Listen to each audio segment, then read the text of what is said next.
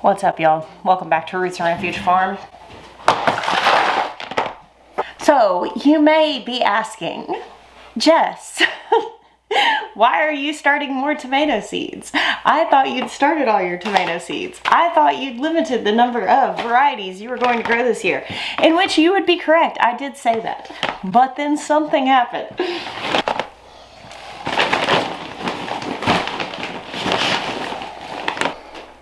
To double check because I did an entire video the other day with soil on my face, and that's not even the first or like the fifth time that that's happened before. All right, every year I do kind of like a promotion partnership with Brad Gates over at Wild Boar Farms, and every year I tell you guys this story. So if you're new, welcome to story time, and if you are not, welcome to this repeat story you've heard. My first real year gardening, much at all, I ordered some seeds that were varieties of tomatoes developed by Brad Gates of Wild Boar Farms. And I don't know, I guess about 15-ish years ago, something like that. And I grew, I want to say it was large barred boar, was like one of the first big tomatoes that I ever grew at home, in like containers on my porch when I lived in a neighborhood.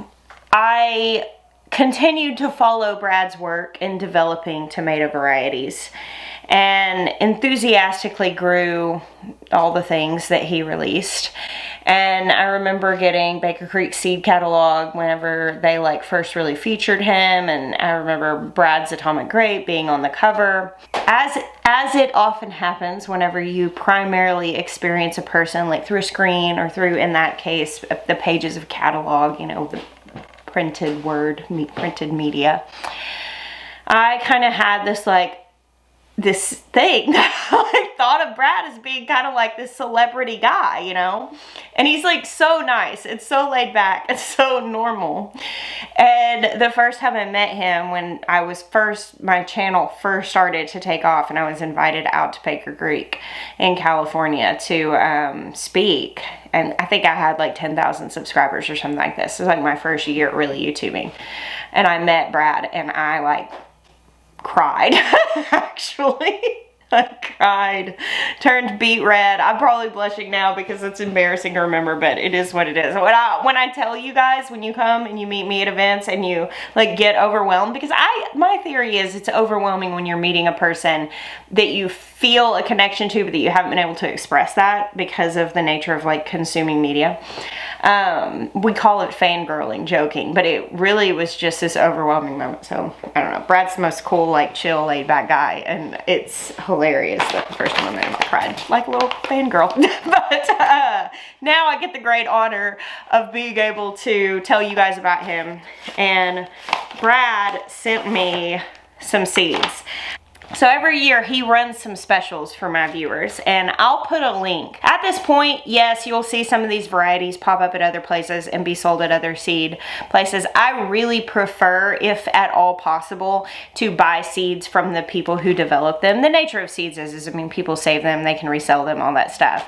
But I like to honor the work that he's done. So I like to buy from him and support the work he's doing. He's still coming up with some really neat stuff, and he's got several different packages that you can purchase and get discounts. He's got a small space collection that they grow 12 to 20 inches tall, high production, 7 varieties. So I'm actually going to start some of these to put in my green stalks. The thing with growing any sort of fruiting plant in containers is you really need to stay on a feeding schedule. Like set alarms on your phone, mark it on your calendar, do whatever you have to do. But you're gonna need to feed those plants at least every other week, and in some cases it may even be good to feed them mildly every week. It is not better to do more fertilizer at once to space out. It's better to dilute it more and feed it more regularly. But if you're buying potting soil, you've got roughly like 6 to 8 weeks worth of nutrition if you buy a brand new bag of potting soil. And that's not like a soilless medium that doesn't have nutrition in it, but potting soil. Then they usually have listed on there if they've got something that feeds them. Like right here, I've got this potting soil and it has worm castings and bat guano in it. And so that's nutrition for the plants. But as they get established and big, they're gonna run through that. And conservatively, 2 months, definitely in 3 months. So you don't have to feed immediately if it's new soil. If it's older soil from last year, amend it to start with and then just start feeding every couple weeks at least. But I'm gonna start some of these to go in my green stalks and possibly in some pots. So he has 2 different collections. One is Jess's 8. So the other day I talked to you guys about my tried and true varieties and I'm cutting back a lot. But many of the ones that I mentioned in that video are in this collection. Blue Boreberries, Berries Crazy Cherry, Atomic Grape, Black Beauty, Pink Berkeley Tie-Dye, Large Barred Boar. Like these are my tried and true. Also Napa Chardonnay is in here. And let's see what else. Black and Brown Boar. So these are just like my favorite tomatoes. Some of these, as I said, I've grown since I started gardening. But he also has a collection that you can get that's Brad's 8. These are his favorite 8. And this is where I was like, all right, well, obviously I'm gonna start some more seeds, obviously. Because he texted me and said, I know you're focusing on tried and true varieties this year, but if you have a space, give Eye Candy and Showstopper a test drive. What else can I even do? Yeah, I'm gonna grow them. Like, of course, Brad Gates will grow those tomatoes.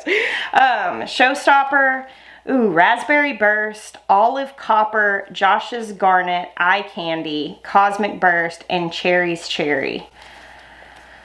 Oh gosh, okay. Small varieties. Do you understand the amount of self-control it is taking for me to not put every single one of these seeds into soil and just build new gardens? Like, it is really hard. Okay, I'm actually gonna look these up. Okay, so Raspberry Burst, which is in the new varieties. So the new collection, you get a 20% discount. His note on this bag says amazing new stuff, and it really probably is. And then he also has a variety that's the Ultimate Tomato Lovers collection, and you get a 25% discount by buying that. So these are just discounted collections that by buying all of them, you save money from if you had bought the varieties individually. All right, I need to look these up and see what they look like. I'll put the link to Brad's site, and then I'm gonna give you guys some seed starting tips while I exercise incredible self-control and just start a handful of these seeds. 5 hours later. I'm joking, it hasn't been that long, but I did just sit here for a good 25 minutes reading all of these and deciding how much I was gonna compromise on my previous statements. Oh Lord. I know I'm silly when it comes to stuff like this. I really do know that, but you know, it's okay. It's okay to be silly about things. Do you know how much joy the garden has brought into my life? So much, because I just love it. And what a wonderful thing to be able to find joy in. It probably doesn't help right now. You know how you're not supposed to go to the grocery store hungry? I should not start seeds hungry. And I need to go in and start dinner as soon as I'm done with this. And I'm just kind of hungry. And I'm just thinking about eating all these tomatoes. All right, I'm gonna save these. Share them with some friends. And here I'm going to start the 2 that Brad suggested, the Eye Candy and the Showstopper. I am also going to start Canary Kiss, Raspberry Burst, and Golden Hour. These were the small ones, so that's for the green stalk. And then one more, which this was also in the new varieties. This is called Olive Copper.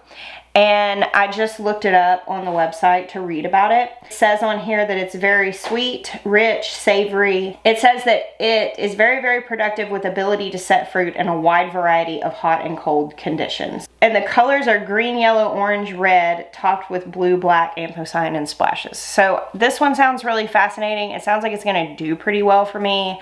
And I just want it, so I am allowing myself. So it's 6 more tomato varieties on top of the 14 I previously did. So that means I'm at 20.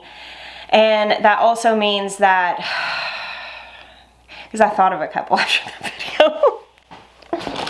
I did say at the end of that video that it was kind of like that saying, shoot for the moon, and even if you miss, you'll land among the stars.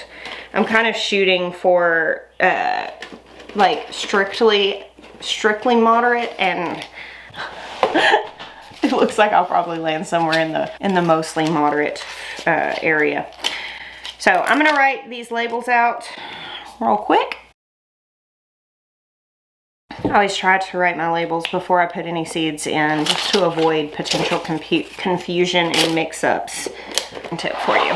I know it's really easy to be like, it'll be fine, but you know, you tuck those seeds in the soil and they all look the same. And so write your labels first. So if you are considering starting your garden from seed, I highly recommend it. I've made tons of content on this topic. Normally when I start tomato seeds, I actually do one container that I'll put a bunch of seeds in, and I'll separate them later. I am going to sow these separately in containers and just put one seed per container. The reason for that is that I don't want to further the temptation of Wild Boar Farms varieties, where I end up with a bunch of extra seedlings that I'm like, well, might as well grow them. So this is me like trying to hedge myself in with some sort of insurance against myself. But when you are seed starting, it's very simple. Seeds want to grow. Every year on my farm, I will have volunteer plants. That's plants that are growing somewhere where you did not plant them. They either are growing because a seed was carried on the wind, carried in a bird, it ended up in your compost, you fed it to your animals and they pooped it out. I end up with plants all over the place. And partially that's kind of on purpose. I like volunteer plants. They're like little cheerleaders reminding me to not take gardening so seriously. And also it's kind of cool. Plants that volunteer, if you save seeds from those plants, they are so much more acclimated to your area. They're stronger, because you have to think, these are seeds that essentially survived being outside for, you know, the whole winter, and then they grew on their own. There's a lot of strength in that. So I feed extra, you know, rotten fruit, or if fruit gets damaged from pests or something, I always go feed that to my chickens and pigs, because I want that to end up growing somewhere on my farm, so maybe later I can harvest it or harvest seeds from it. All that said, it is the reminder that this really isn't that difficult. It is something that is natural. All plants, they're just growing, trying to reproduce. These tomatoes don't know that I want to make a tomato sandwich out of them. They're just trying to make fruit because they're trying to make seeds. That being said, all you have to know how to do is give those seeds the conditions that they need optimally to grow well. To start, they need moisture and they need warmth. To sprout, they don't even need light. They'll sprout in the dark. Now, they won't live very long. A seed has enough energy in it to grow and break through the soil. Once it breaks through the soil, it needs to start photosynthesizing in order to create energy. So if you plant your seedlings too deep, they will a lot of times not germinate. You want to plant a seed about twice as deep in the soil as the seed is wide. So in the case of like these tiny little tomato seeds, that is very small. So all I'm doing is I put a tiny little dent into pre-moistened soil, because I don't want to have to water this right after planting, because I don't want to dislodge those.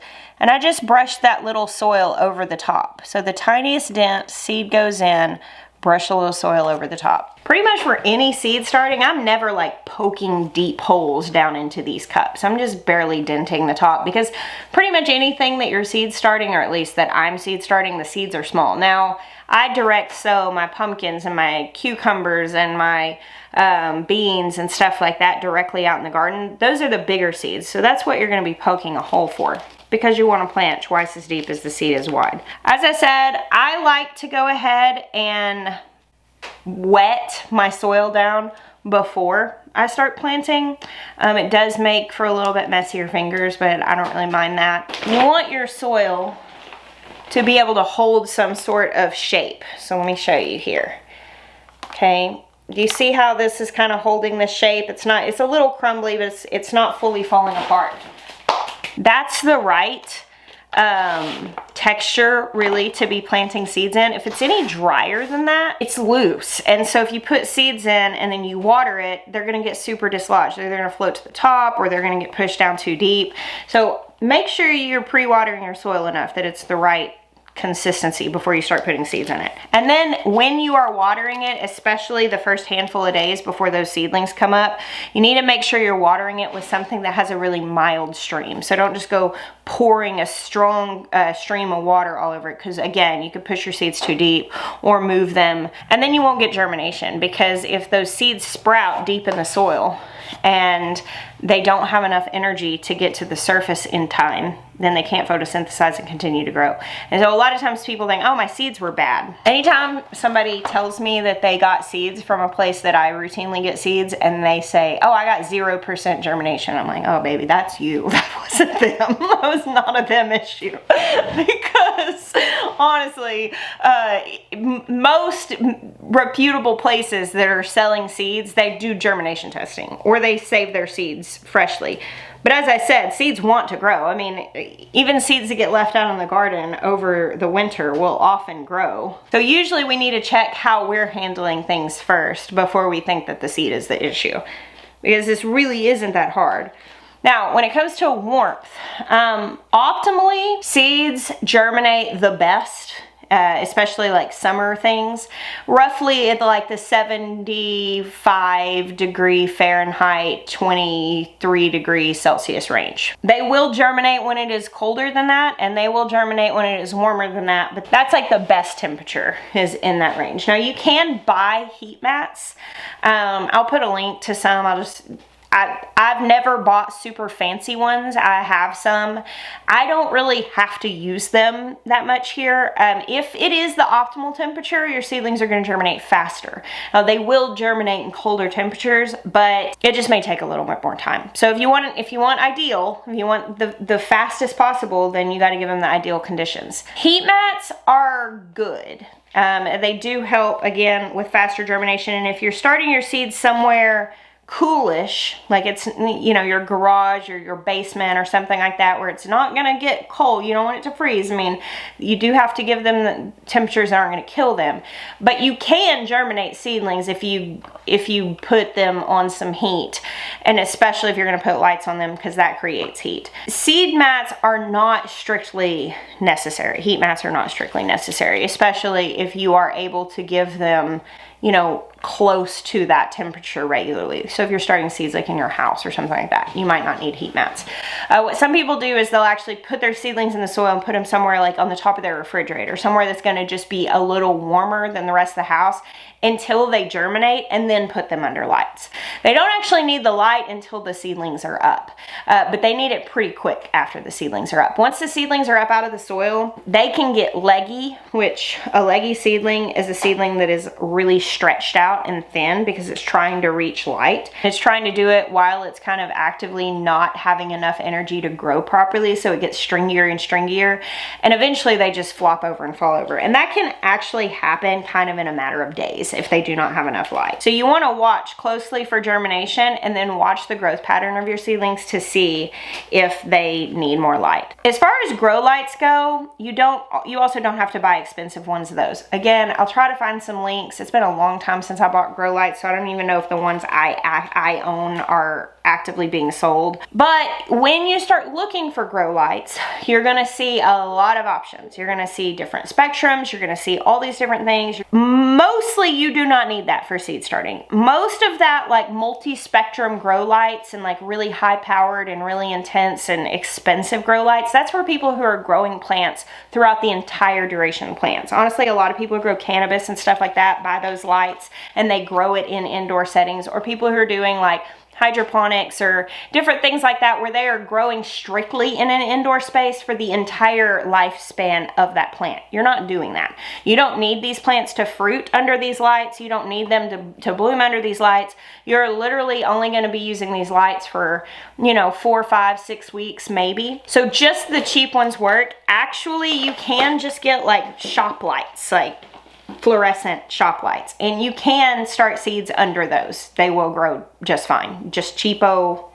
those white 2-bulb lights. I do think they do a little better under the grow lights versus the shop lights, but I mean, I've seen people use those completely successfully and start their whole gardens on them, and it's just fine. You don't have to get something super fancy. They do need to be relatively close to the light, and you'll see in the growth pattern. Like if you have your lights 2-3 feet away, the plants might not be getting enough of that light, and therefore they may get leggy. What I like to do, and I don't have a setup now. I had a basement at my old house. I had a seed starting setup in the basement. But what I did is I fixed the lights on the bottom of a shelf, and then I would just put things underneath my trays to move them up close to the shelf.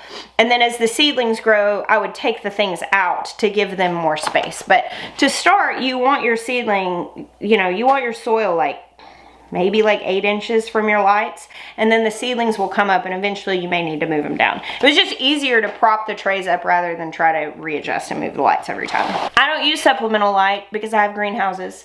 I'm starting these seeds in here because it's easier to sit here and talk to the camera here at this table, but I'm gonna move it over to our little nursery greenhouse that I can keep much more consistently warm. On artificial light, you're looking at doing like 12 to 14 hours a day. You don't wanna leave them on all the time because that could be stressful for the plants. Like if you accidentally leave them on overnight, it's not gonna be a huge deal, but you don't wanna like consistently leave them on all the time. You can get little timers to put on them if that's easier for you to not forget.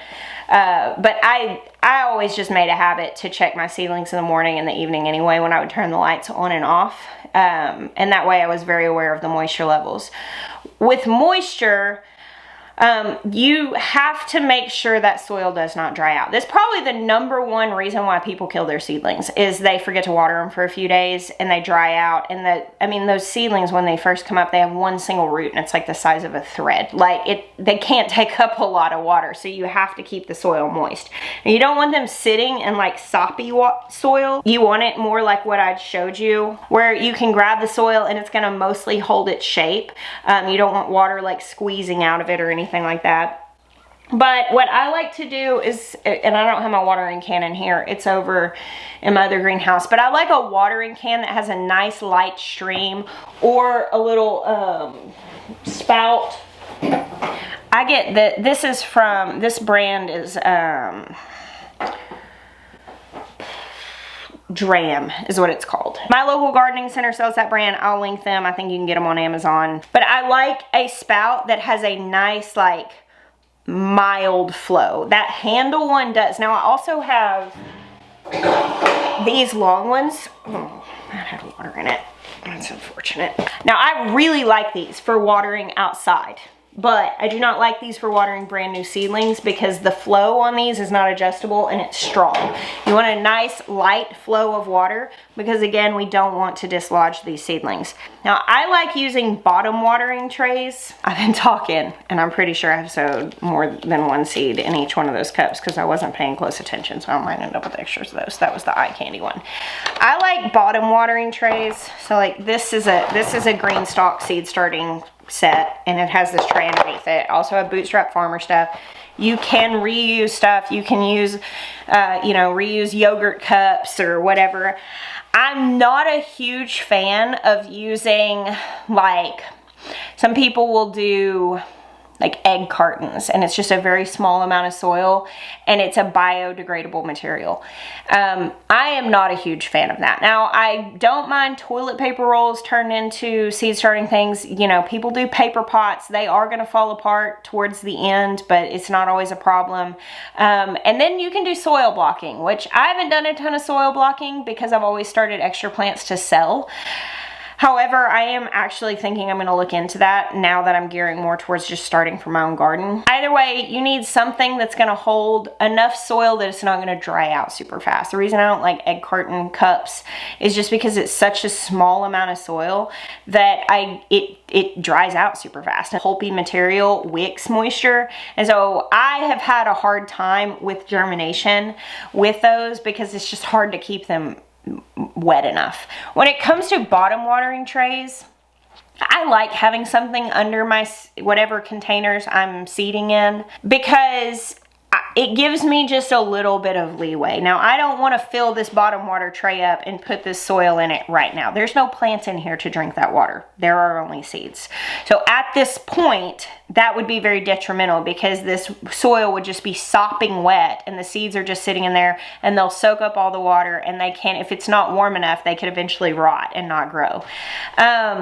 I like the texture I showed you of soil. That's the moisture I like for seed starting. Now, once I have plants in here that are this big and it's hot outside, it's, you know, early spring and my greenhouse is getting really hot, I will absolutely come out daily and fill these bottom water trays up with water, because those plants are going to soak up a lot of that water as they deal with the heat, and it'll be completely fine. But when they're not big and they're not using a lot of water, you definitely don't want to overwater. Just mild, light watering whenever it's needed, depending on if it's in your house, if it's in a greenhouse, wherever it is, that's going to change how much you need to water.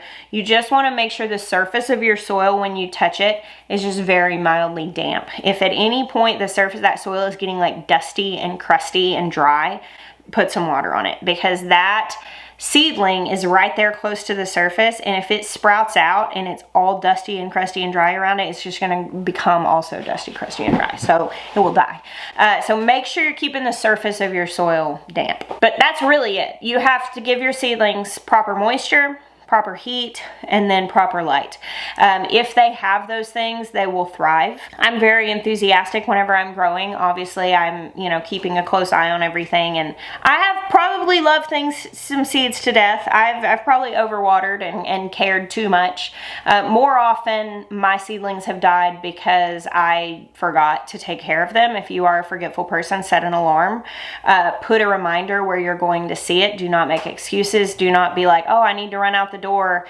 Oh, I forgot my seedlings. Take the 2 minutes to go back and throw some water on them. Like, if you wait till that evening, it really can be like a life or death situation for seedlings, because if they did dry out in the morning, you know, they might be okay for a little bit, but not until the evening. But seed starting doesn't have to be hard. If you remember those basic things and provide those things for your plants, you can totally do it. And start, like, there's not a single seed in this package, and there are what? I mean, he probably just sent me like 50 different varieties of tomatoes.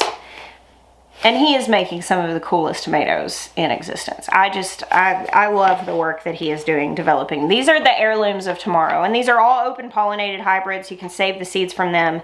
But there's not a single thing in here that I could go buy at the grocery store. Like, if I want to eat any of these varieties, and I really want to eat them right now because I'm very hungry, but if I want to eat any of these, I have to grow them. And if I want to grow them, I have to start them from seeds, because these varieties are not going to be available from bulk growers and started plants. They don't do the unusual stuff.